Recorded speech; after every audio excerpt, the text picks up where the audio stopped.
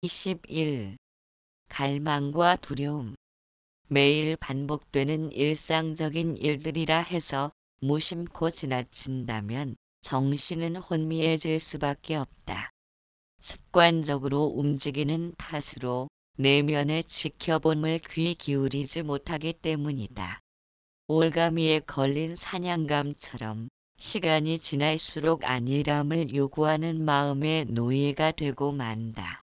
노쇠해지고 병들어가는 육체, 작은 일에도 분개하는 소심한 마음, 즐겁고 좋은 것에 매달리려는 편협한 사고 등의 모든 마음의 굴레로부터 누구나 할 것 없이 벗어나기를 갈망하고 있다.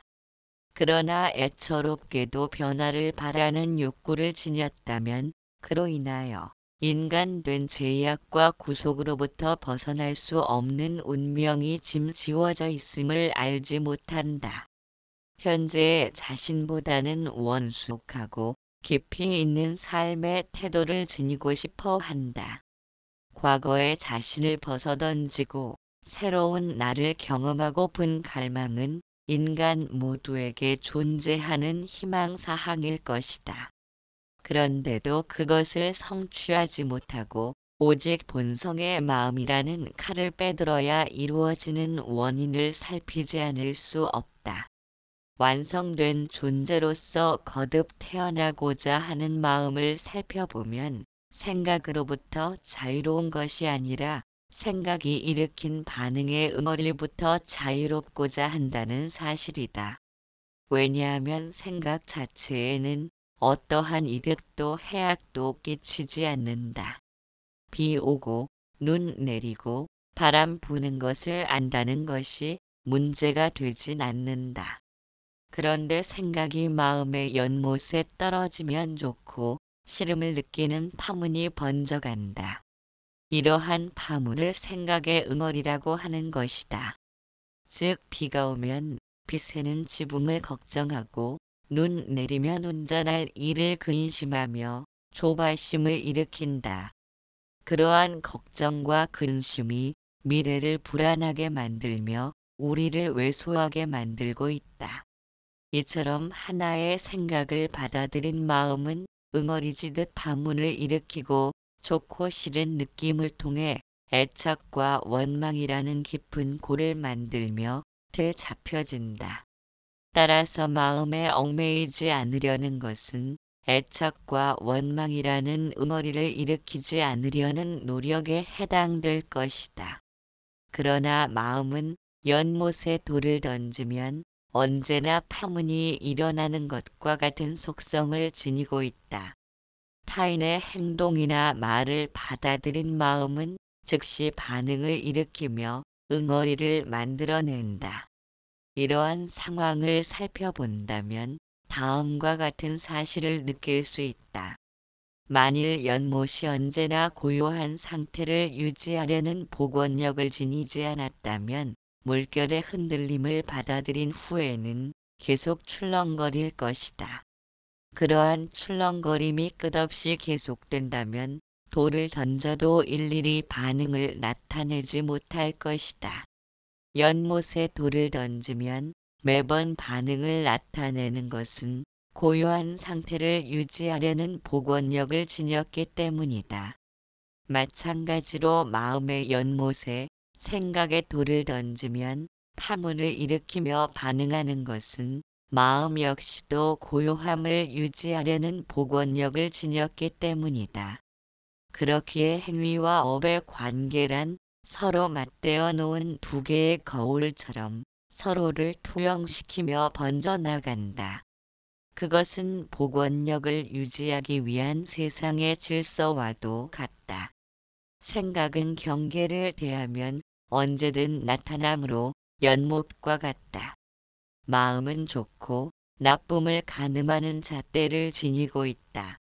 즉 생각의 연못에 돌을 던지면 번지는 파문이란 좋고 나쁨을 가늠하려는 것이다. 좋고 나쁨의 잣대를 지닌 것은 나를 중심으로 생각한다는 의미이다. 이처럼 마음은 생각과 파문이라는 구조로 이루어졌다. 그러나 언제든 제로 상태를 유지하는 복원력을 지닌 탓으로 매번 생각에 대한 반응을 일으키고 있다. 그렇다면 초점을 어디로 맞출 것인가 하는 문제가 남아있다. 제로 상태인 복원력에 맞출 것인가 아니면 매번 일어나는 파문에 중점을 둘 것인가 하는 점이다. 제로 상태인 복원력에 맞춘다면 마음이란 본래로 그렇게 생겨먹은 탓으로 상황이 전개되면 파문이 일고 반응을 나타내는 것은 당연한 것이다. 그러려니 하면서 지나치면서 기쁘고 슬픈 마음의 응어리를 담담하게 지켜볼 수 있다. 그러다 보면 얼마 지나지 않아 사그라드는 모습도 발견한다. 왜냐면 복원력을 지닌 까닭에 파문의 응어리들은 때 되면 왔다, 때 되면 사라지는 손님들이다. 그러나 파문에 중점을 둔다면 번지는 파문의 응어리로 인하여 밉고 곱고에 마음 쓰면서 희로애락이라는 족쇄에 발목이 잡힐 수밖에 없다. 이처럼 번지는 파문에 의해 얽매이면 시시비비를 가리느라 침침한 지하 터널을 걷는 듯 삶이 숨차고 고달프다. 빠져나오려 애를 쓸수록 더욱 옥죄고 들어오는 결박처럼 우리의 추구와 노력은 좀처럼 성과를 이루지 못하고 혼미할 뿐이다. 왜냐하면 변화를 바라는 갈망이란 결국 파문의 응어리에 기준 잡혀 있다는 말이기 때문이다. 욕망과 분노의 파문이 번지는 것은 마음이 복원력을 지녔기 때문이라는 사실을 알아차려야 한다. 그와 같은 복원력은 어느 누구든 지니고 있다. 욕망과 분노가 일어나는 것은 복원력에 의한 것임을 안다면 마음은 항상 고요하고 평화롭다. 물결이 출렁이는 것도 복원력이 작용하기에 일어날 수 있다. 만일 호수의 얼음이 얼었다면 죽어버린 복원력이므로 아무런 반응도 나타내지 못할 것이다. 따라서 우리에게 분노, 욕망, 질투 등의 부정적인 파문이 번져온다 해도 그것을 묵묵히 지켜볼 수 있다면 그러한 파문은 마음의 평화나 고요함을 짓밟기 위해 나타난 것이 아님을 알게 된다. 오히려 마음이란 어떤 상황에 처하든 간의 평화와 고요를 지닌 평정심의 복원력이 존재하기에 나타나는 현상이다. 복원력은 항상 지금 이 순간에 존재하는 것이고 번져가는 파문은 이미 과거로 흘러간 것이다. 이미 지나간 과거에 불과하다면 마음 두지 않고 문제 삼지 않게 되면 마음의 연못은 본래부터 고요하고 평화롭다는 사실도 알 수 있다. 모든 삼라만상도 역시 복원력을 지녔기에 생멸 변화를 일으켜도 언제나 허공의 모습을 간직하고 있다. 복원력은 텅 빈 허공의 모습이기도 하다. 무엇으로도 물들지 않고 변함없는 한결같음을 간직하고 있는 까닭이다. 세상은 불타오르면서도 본성의 마음인 고요함에 휘감겨 있다. 본래 이것과 저것이 다를 바 없는 거울 속의 영상이지만 그것을 알지 못한 탓으로 마음에 차별이 생기고 눈과 귀가 받아들인 감각의 티끌로 말미암아 거품이 생겨난 것이다. 우리는 본성의 존재이면서도 세상과 육신에 대한 집착을 일으키면서 잘못된 길로 접어들었기에 순수한 존재로 거듭 태어나야 한다는 염원도 품고 있는 것이다. 복원력을 알아차리지 못한 마음은 과거와 미래를 손짓하면서 지금 현재를 인식하지 못하도록 시야를 가리고 있다. 과거의 경험 속에 자리 잡은 기쁨의 순간을 붙잡으며 집착하려는 갈망을 일으키고 있다. 이러한 갈망으로 인하여 갈망이 훼손되는 것에 대한 두려움도 생겨난다. 갈망과 두려움은 상호 협력적인 관계를 맺으면서 애착과 원망으로 발전되어 간다.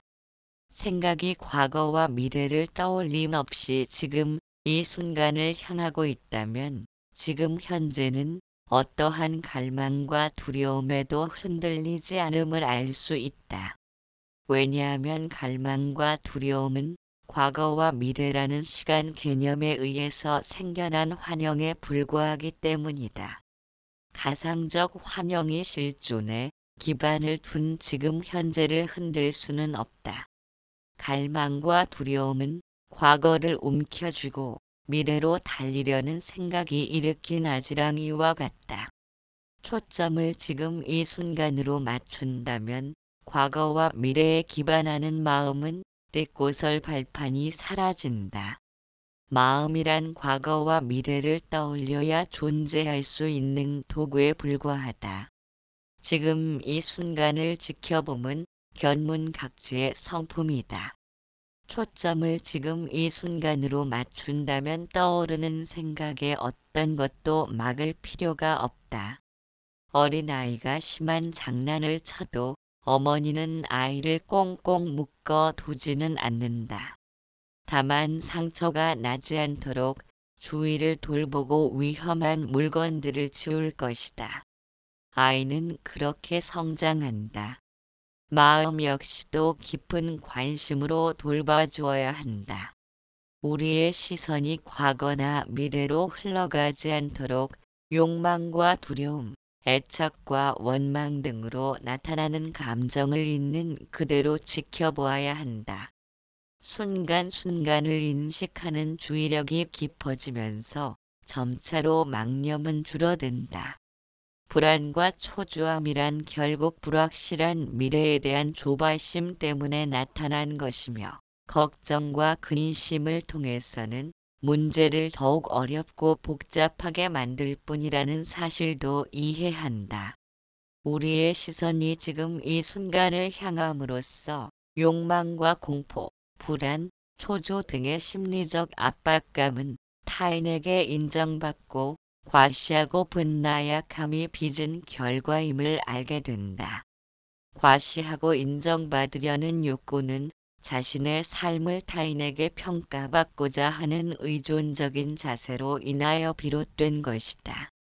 내 맘에 안 들기 때문에 멀리하려는 생각은 원망을 일으키고 가까이 하려는 생각은 애착을 일으킨다.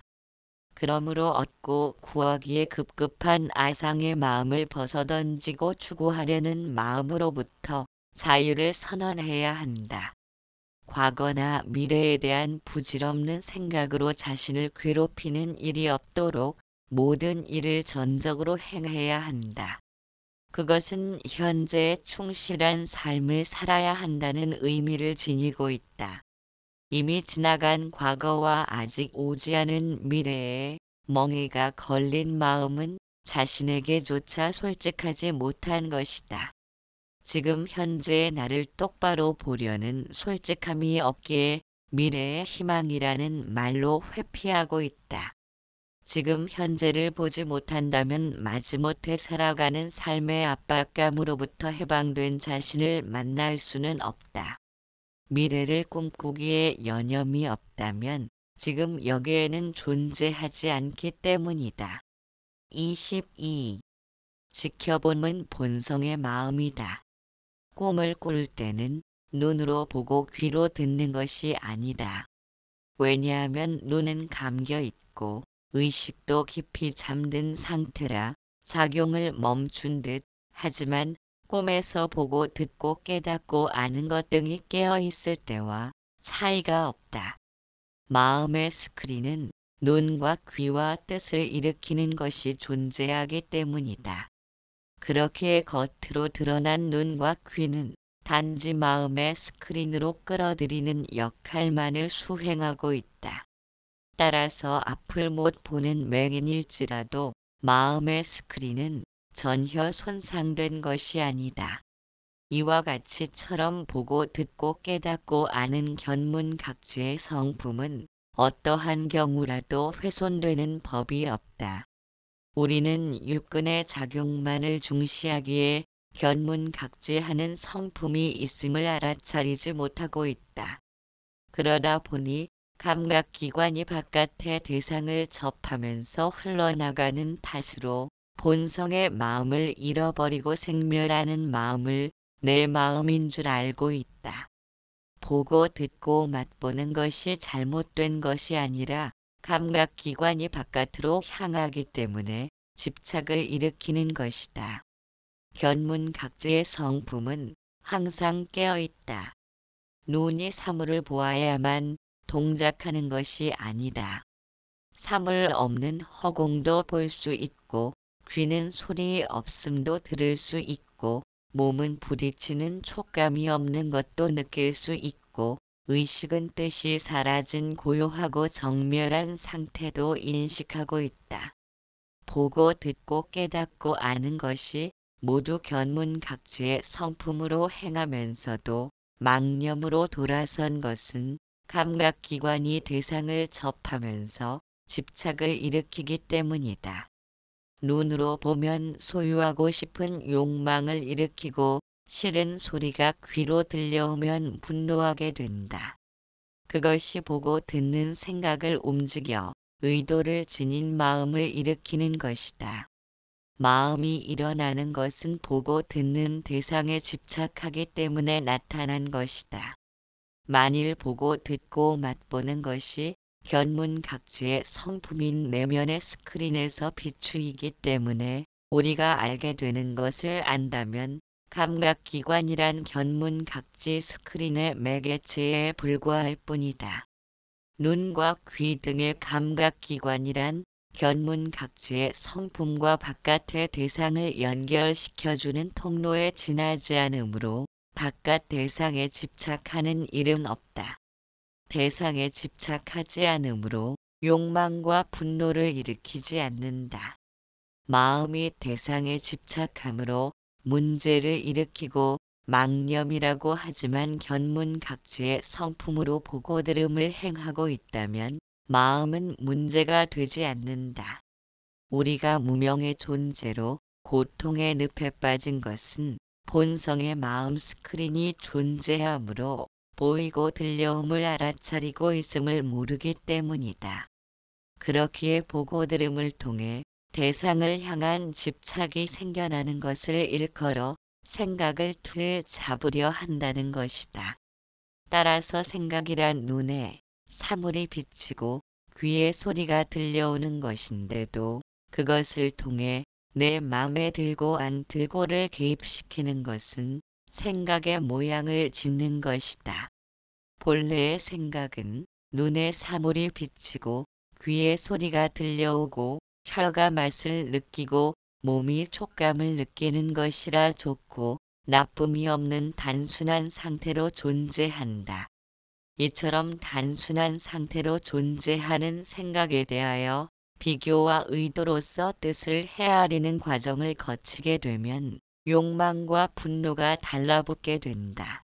원치 않는 것에 대해선 싫은 감정이 내포되고 좋은 것을 취하려 하기 때문이다. 본성의 스크린에 보고 들음이 비추이는 것은 차별 없이 받아들인 상태이므로 좋고 나쁨이 없으므로 집착을 일으키지 않는다. 그러나 이미지로 잡힌 마음이 들어서면 양변을 나누고 편 갈라놓으면서 좋은 것에 애착을 보이고 싫은 것은 원망하게 된다. 그것은 마음이 아상 중심으로 기준 잡혔다는 의미이다. 따라서 자기를 지니고 하고자 하는 의도를 지닌 것은 전부가 아상 중심을 행하는 것이다. 이처럼 아상 중심을 행하는 마음은 과거에 기억된 이미지를 통해 생겨난 것이기에 지금 현재 하는 본성의 마음과는 다른 차원으로 존재한다. 그렇게 기억하는 것과 의도를 일으키는 것도 전부가 본성으로 행하면서도 본성과는 어긋난 길로 들어섰다는 것이다. 과거와 미래를 달리느라 지금 현재를 잃어버렸기 때문이다. 본성의 마음은 촛불을 보고 손을 갖다 대면 뜨겁다는 것을 느끼는 것이다. 그러나 마음은 여기서 의도를 지니게 된다. 불에 손을 대면 대인은 고통을 당하지 않겠다는 의지를 지니고 추운 날 따스함을 추구하려는 욕구를 간직하게 된다. 이렇게 생겨난 마음은 언어 개념으로 이루어진 탓으로 고통의 반대편을 연상하게 된다. 이것이 이미지를 만드는 것이다. 우리가 마음을 살아감에 있어 절대적인 존재로 여기는 것은 마음이 만들어낸 이미지를 쫓아다니고 싶은 까닭이다. 마음을 물들이고 있는 과거의 이미지는 생각을 얽어매는 밧줄과 같다. 이미지로 인하여 생각은 이미지를 따라 흘러다녀야 한다. 만일 이미지에 순응하지 않는 생각은 마음에 의해서 거부당하고 있다. 그래서 마음은 생각을 틀에 잡아 움직이려는 의도를 지녔다고 말한다. 이미지를 만든 마음으로 인하여 우리가 원하는 것만을 받아들이려 하기 때문에 반쪽짜리 생각만을 행하고 있다. 그렇게 있는 그대로 보고 듣는 일이 세상에서 가장 행하기 힘든 일이 되고 말았다. 보고 들음이 아니라 보고 들음을 이미지로 해석하려 하기 때문이다. 마음은 생각을 자신의 노예처럼 전락시켰다. 생각을 노예처럼 만들어버리면 육신도 노예화된다. 생각을 통해 육신이 반응하기 때문이다. 레몬을 생각하면 입에 침이 고이는 것도 육신이 생각에 반응하는 것이다. 그래서 육신은 근본도 없이 생겨난 마음의 노예가 된 것이다. 육신이란 마음의 허락을 받지 않으면 스스로 움직이는 것이 불가능하다.